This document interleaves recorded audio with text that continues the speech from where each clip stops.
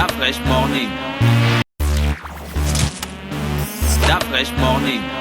Vous êtes sur les 104.5 Urban FM, la station urbaine. Aujourd'hui, Pépé est avec nous. Pépé, bonjour. Bonjour Dafresh, bonjour Gina. Comment tu vas ce matin? Hakuna Matata, Ouais. comme d'habitude. Comme un Gabonais dans son pays. Un bon Gabonais dans son pays. Un bon, voilà, il faut ajouter. Pépé, Ouais, excuse-moi, un où bon est-ce qu'on Gabonais en dans est son là? pays. Où est-ce qu'on en est? Parce que là, ça commence vraiment à gazer là. On va d'interview en interview, d'audition en audition, d'attaque Facebook en attaque Facebook. Kanga Gelor, c'est notre Kanga ou c'est pas notre Kanga finalement? Ben, jusqu'aujourd'hui, c'est notre Kanga. D'accord, il n'y a pas une preuve contraire. Non, Apparemment, la CAF doit confirmer que c'est notre Kanga, donc. Ouais, mais jusqu'à ce que il ne confirme pas le contraire, il est notre Kanga, parce que ceux qui ont porté, on va dire quoi, l'affaire au niveau de la CAF veulent que la situation change. Donc en attendant qu'il y ait une réponse de la CAF, nous on reste avec, le statu quo est là, quoi. Ça veut dire que le Gabon est qualifié pour la Coupe d'Afrique des Nations, le Gabon se prépare psychologiquement. C'est le plus important pour nous. Voilà, c'est le plus important pour nous. Hier, il y a eu des auditions en visioconférence entre la partie gabonaise, ensuite la partie congolaise, ensuite la partie gabonaise. La CAF a écouté, après la CAF va prendre sa décision. Aujourd'hui, il y a par contre une grosse guerre sur les médias, sur les réseaux sociaux, entre les journalistes gabonais et les journalistes congolais. Et on voit beaucoup beaucoup d'intox de la part de la partie congolaise pour peut-être perturber pour ceux qui ne connaissent pas réellement. Oui, ils ont dit qu'on n'est pas parti à la réunion. Voilà, alors que c'était une réunion où les deux parties ne se voient pas. Comment ils pouvaient savoir que nous, on n'est pas partis? Gang. Puisqu'on fait ça en distanciel. C'est en visioconférence et c'est après, eux ils participent d'abord, après qu'ils ont terminé, la partie gabonaise participe. Donc tu vois, il y a cette guerre-là et justement la Fédération gabonaise de football a réagi dessus avec un communiqué pour prouver réellement que le Gabon a participé à cette visioconférence et qu'à ce niveau, il n'y a pas de souci. Donc vraiment, le souci... Les Congolais voulaient nous voir dans la conférence, une conférence à huis clos. Genre, toi, tu parles d'abord, après moi, je parle. C'est même pas une visioconférence où on est à trois. Voilà, je ne sais pas à quoi ils s'attendaient. Chacun. Voilà, on a donné à chacun son heure. Comment toi, tu vas venir dire que moi, je ne suis pas parti alors que... je sais pas, moi, toi, tu avais ton heure. Bon, donc, on est vraiment dans cette... je sais pas, dans ce tohu-bohu, si on peut dire ça comme ça. Mais bon, je crois que peut-être même que comment on appelle ce que la CAF va donner son avis. On aurait même déjà fini de jouer notre Coupe d'Afrique des Nations. On l'aurait même déjà peut-être gagné. Pépé, je sais qu'on parle avec toi, on parle de sport national, mais j'aimerais qu'on revienne un peu sur les compétitions internationales des grands pays. Je comprends pas comment le Real a battu Atlético et Atlético a gagné le championnat. Mais c'est justement, c'est un championnat, c'est pas une coupe. C'est-à-dire tout le monde s'affronte. Chaque match, il y a 3 points qui sont en jeu. Voilà, si moi je gagne, je prends les 3 points. Si tu gagnes, tu prends les 3 points. Si personne ne gagne, on prend 1 point chacun. Puis il y a un point qui est dans le vent. Donc, si toi, on est 4 ou on est 5, toi tu m'as battu aller-retour. Voilà, mais moi j'ai battu le reste des personnes. Donc ça veut dire que Atlético, c'est le club cette saison qui a gagné le plus grand nombre de matchs. Qui a eu le plus grand nombre de points. Mais pour avoir des points, il faut gagner un match. Non, mais tu peux ne pas avoir gagné le plus grand nombre de matchs. Mais si par contre tu as perdu le plus grand... je prends le cas de la France. Paris Saint-Germain, je crois qu'ils ont perdu 8 matchs. Tu vois, ils ont perdu 8 matchs. Ils ont gagné beaucoup plus de matchs que Lille. Mais comme ils ont perdu aussi, lorsqu'ils ne gagnaient pas, ils perdaient automatiquement. Et que Lille avait l'alternative, on va dire quoi? Il y avait le fait qu'ils pouvaient faire un match nul. Tu peux récupérer un point là où l'autre a perdu. Tu récupères un point là où l'autre a perdu. Comment? Ça veut dire que si toi tu as perdu... Tu n'arrives pas à m'expliquer le championnat. Non, le championnat est clair. On compte le nombre de points à la fin du match, à la fin du championnat. Il y a 20 équipes. Tu joues 19 matchs aller, tu joues 19 matchs retour. Chaque match que tu gagnes est 3 points. Voilà, même si toi tu m'as battu. Tu veux qu'on amène le tableau pour que tu m'expliques ça? Mais je ne comprends pas. Comment je peux expliquer encore ça? Il y a 19 matchs. Mais si je gagne les 19 matchs, si je gagne 18 matchs dessus, je prends vraiment l'extrême. Il y a 19 matchs à la phase aller. Si moi j'ai gagné 17 matchs contre toutes les autres équipes, hein? Oui. Et que j'ai perdu juste les 2 matchs contre toi. Oui. Mais toi, ça te fait 2 matchs gagnés. Moi, ça me fait 15 matchs gagnés. Oui. Mais c'est ça. Donc c'est le nombre de matchs gagnés, le nombre de matchs nuls qui te fait le nombre de points. Et c'est ça qui fait en sorte que l'Atlético soit comment on appelle ça, soit au-dessus du Real et qu'ils ont gagné le championnat.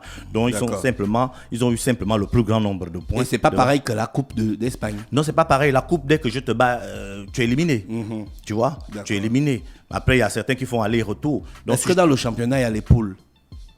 Non, enfin dans certains championnats où ils sont peu nombreux, comme le championnat gabonais, on peut faire les poules. Mais le principe du championnat, normalement, il n'y a qu'une seule poule, une poule unique, où tout le monde s'affronte. Voilà, c'est ça le principe. Parce qu'on va se dire que pour que moi je dise que je suis réellement champion du Gabon, il faut que j'ai affronté tous les clubs du Gabon. Mais si je n'ai affronté qu'une partie des clubs du Gabon, c'est pas pareil, c'est pas la... Donc en une saison, une équipe de foot joue le championnat. Oui. Joue la coupe. Oui, des fois même dans certains pays, il y a 2 coupes. D'accord. Ouais. En Espagne, il y a combien de coupes? Il y a la coupe du roi. Coupes, ouais. Il y a la coupe du roi. Il y a la coupe du roi et la coupe d'Espagne. C'est la même coupe. C'est la même coupe. Oui. La coupe Après, du ils roi, ont la super coupe. La super coupe. Voilà. Mais là, la super coupe, c'est pas tous les clubs qui jouent. Non, c'est pas tous les clubs qui jouent. C'est une catégorie de clubs, comme ils voulaient faire la Super League. Non, c'est ceux qui ont... À l'époque, c'était juste le vainqueur du championnat qui affronte le vainqueur de la coupe. D'accord. C'est le principe dans tous les autres pays, sauf en Espagne. En Espagne, ils font maintenant les 2 premiers du championnat et les 2 finalistes de la coupe, la coupe qui s'affrontent pour la super coupe. D'accord. Mais en France, par exemple, là, Paris Saint-Germain a gagné la coupe, Lille a gagné le championnat. En début de saison prochaine, Lille va affronter Paris Saint-Germain pour la Super Coupe. Ils appellent ça le trophée des champions. Ah oui, ça, on a déjà joué ça au Gabon. Voilà, on a joué ça au Gabon. Paris Saint-Germain, Bordeaux. Oui. Parce que Paris Saint-Germain avait gagné le championnat et Bordeaux avait gagné la coupe. Donc ils sont venus s'affronter. Donc le Paris Saint-Germain, Lille va jouer la Champions League l'année prochaine. Lille va jouer la Champions League l'année prochaine. Paris Saint-Germain. Également, parce Pourquoi? qu'en France, on prend 2 qui jouent la Champions League directement et un 3e qui fait les barrages. Les barrages, c'est quoi? C'est-à-dire, avant de rentrer directement dans la phase de poule, on te fait jouer un match pour que tu rentres. Donc c'est comme si, comme on dit souvent dans les examens, c'est un match de rattrapage en fait. Voilà, c'est un match de rattrapage qui te permet de rentrer dans la compétition elle-même. En Angleterre, on prend combien de clubs? En Angleterre, on prend 4 qui jouent la Champions League. En Espagne, le on prend... Le championnat anglais est fini. Oui, le championnat anglais est fini. Il y a 4 clubs qui sont déjà qualifiés. Qui sont qualifiés. Mais Chelsea, s'ils gagnent la Champions League, ils sont qualifiés automatiquement. S'ils gagnent la Champions League, ils sont qualifiés automatiquement parce qu'ils sont vainqueurs de la Champions League. Et donc, dans ce cas, on va prendre combien de clubs en Angleterre? On va prendre le 5e. Ah, d'accord.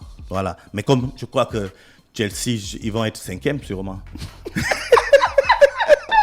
Donc tu vois que c'est un peu... Si Chelsea est 5e et il gagne la Champions League, on est dans quelle situation? Non, là, il participe en tant que vainqueur du tournoi. D'accord, ok. Voilà, tu vois. Donc en Angleterre, on prend 4, en Espagne, on prend 4, en Allemagne, on prend 4, en Italie, on prend 4. En France? En France, on prend 2 et demi. D'accord. Il y a d'autres pays, on prend juste le champion. Oui, il y a d'autres pays, donc les pays de les anciennes, on va dire quoi? Les anciennes colonies de la Yougoslavie, pas colonies, les anciens pays les pays de l'ancienne Yougoslavie, les pays de l'Europe de l'Est. Voilà, en fait. les pays d'Europe de l'Est, les pays de championnat qu'ils appellent championnat mineur.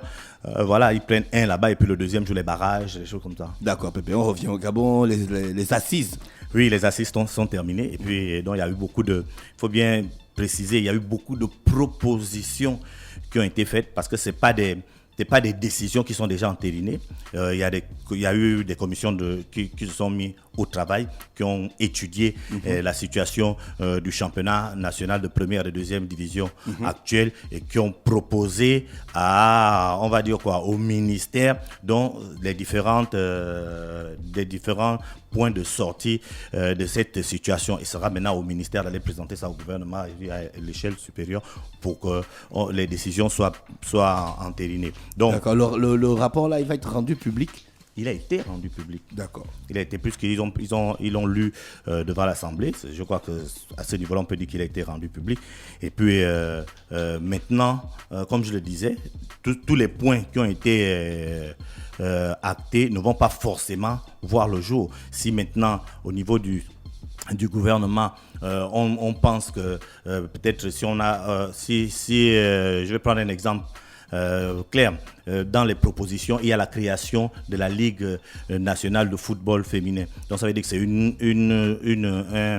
c'est on va dire quoi? c'est un organe, c'est une ligue qui va s'occuper uniquement du football féminin, comme la LINAF s'occupait du football professionnel de première et deuxième division. Donc, il y a eu cette proposition. Lorsque cette proposition va être amenée au niveau du gouvernement, le gouvernement peut bien dire que non, il n'y a pas l'urgence à ça et puis on enlève ça. Donc il y a des points comme ça qui ont été pris. Il y a notamment au niveau de la LINAF, le siège. La LINAF jusqu'à aujourd'hui n'avait pas de siège et donc l'État va se proposer de doter un siège à la LINAF. Et on va exiger à la LINAF de contracter une régie publicitaire parce que ce qui fait rentrer de l'argent au niveau des sports, c'est vraiment la publicité au-delà de toute autre chose. Le naming pour le championnat national, la production des manuels de procédure interne, donc savoir qui fait quoi à quel moment, c'est important. La mutualisation des charges d'organisation du championnat, donc faire en sorte que le championnat qu'on sache, qu'on produise et que ce championnat soit vraiment un produit et que ce produit soit vendable, recruter les cadres compétents, ça c'est au niveau de la LINAF. Au niveau du joueur, il y a par exemple l'élaboration d'un contrat sportif type, parce qu'aujourd'hui les joueurs ont des licences mais n'ont pas de contrat qui les lie réellement au club pour mesurer dans telle ou telle situation qu'est-ce qu'il faut faire.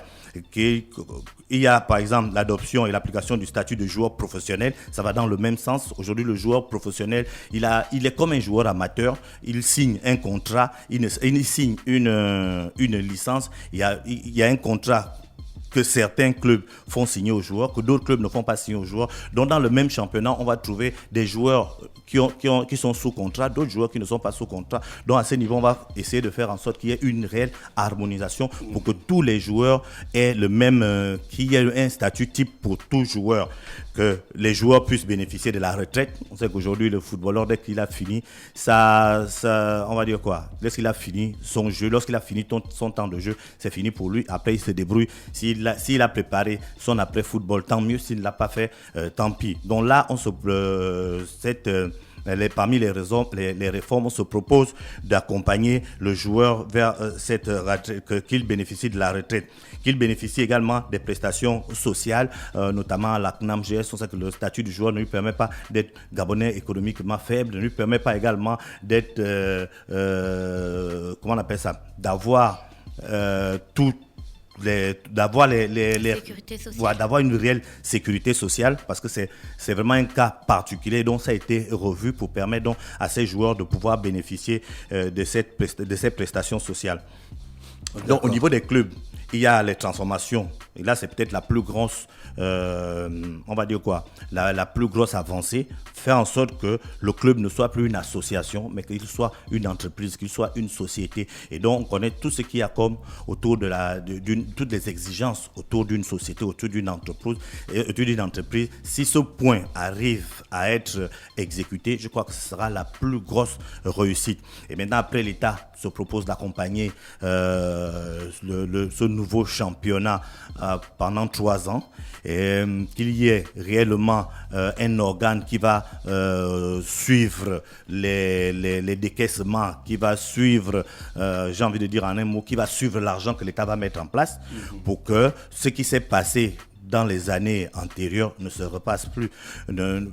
Parce que il y a beaucoup d'argent qui est sorti, mais on n'a pas vu réellement ce que ça a donné. Tout le monde est unanime à ce niveau. Donc, qu'est-ce qu'on fait? On met en place une structure qui travaillera avec la LINAF, qui travaillera avec la FEGAFOOT, et pour donc gérer, pour suivre tous ces mouvements. Donc, pendant 3 ans, l'État va accompagner pour qu'il y ait la facilité pour les publicités, les sponsoring, faire en sorte que les entreprises de sport aient des structures comme des fan clubs pour accompagner, et des socios, des gens qui cotisent pour faire en sorte que l'équipe avance. Donc il y a eu toutes ces mesures qui ont été proposées pour réellement faire en sorte que le prochain championnat, qui va avoir moins d'équipes en première division que par le passé, puisse vraiment atteindre. Parce qu'aujourd'hui, le championnat, il y a 14 clubs. Or, la proposition, c'est de réduire à 12 clubs en première division et d'augmenter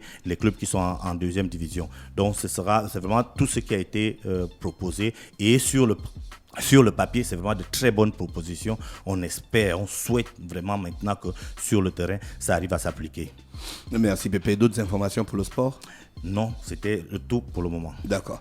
Restez connectés sur les 104.5 Urban FM, la station urbaine. Je rappelle que Pépé sera en déplacement, hein, c'est ça? Oui. Pour mercredi et vendredi.